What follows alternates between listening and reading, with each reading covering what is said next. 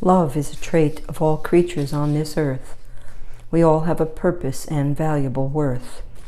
Book 21, A Mooooo-ving Experience. This month of July has sure gone by fast. We had hoped our summer would last and last. There was still 2 weeks before school started again, but we were stuck inside because of the torrential rain.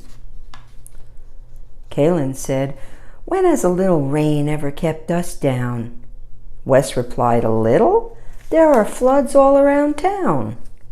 Just then, Jess's phone rang. It was her mom, sounding quite distressed. "There's an emergency at Benson's ranch. This is real, not a test. Get your boots and rain gear and hurry over as quickly as can be. I won't go into detail on the phone. When you get there, you will see." As we got close, we saw flashing lights and emergency vehicles all along. Our thoughts were running wild. What could be wrong?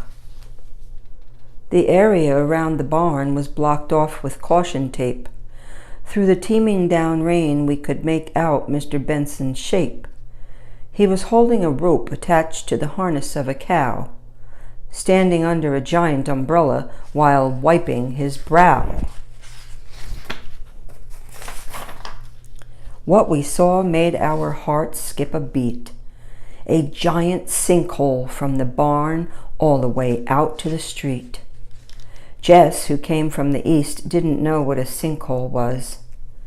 "When sedimentary rock washes away from heavy rains, that's what it does," Wes explained as he pointed to the giant hole in the ground. Then coming from inside that hole, we heard a constant mooing sound. We turned as we heard Mr. Benson's cow Belle let out a long, low cries. Even through the raindrops, we saw the sadness in her eyes. Her baby Tonka had fallen in when the earth collapsed. He was stuck on a ledge. He was scared. He was trapped. Wes continued, "The bond between a mother cow and calf goes far beyond words. Fact is, like families, they like to stay with their herds." Jess called her dad at the zoo, but he was already on his way. There wasn't much any of us could do, so we decided to pray. "Please let Tonka be safe until the rescue team gets here. Keep him and Belle calm and free from fear." Suddenly, Fred let out a deep bark, making us all jump. His nose was pointing at Gus, standing on a tree stump. Hannah yelled, "Gus, come back!" But it was too late. Little did we know he was practicing his trait. You see, Chihuahuas are courageous, clever, and smart. And even though they're small, they have a big heart. He jumped down to that ledge and sat right on Tonka's back.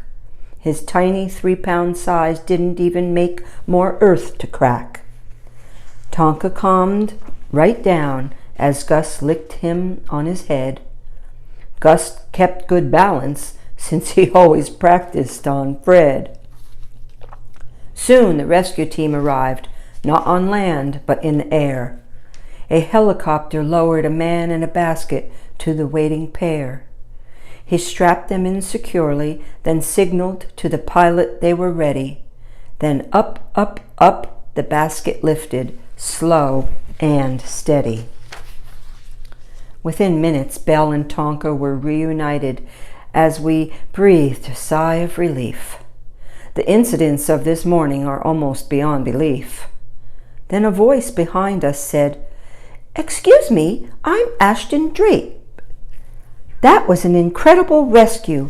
I got it all on tape. I'm an animal advocate and was at the zoo when the call came in. I'm also a journalist, and that's where my story will begin. I filmed the rescue team as they got ready for the mission. Just like them, helping save animals is my life ambition. I'd like to write a book about all the good things that you've done. Just then the rain stopped and the clouds parted to let through the sun. We looked over at Belle and Tonka and knew they should never be apart. Then we looked up in the sky that beamed a cloud shaped in a heart. To be continued.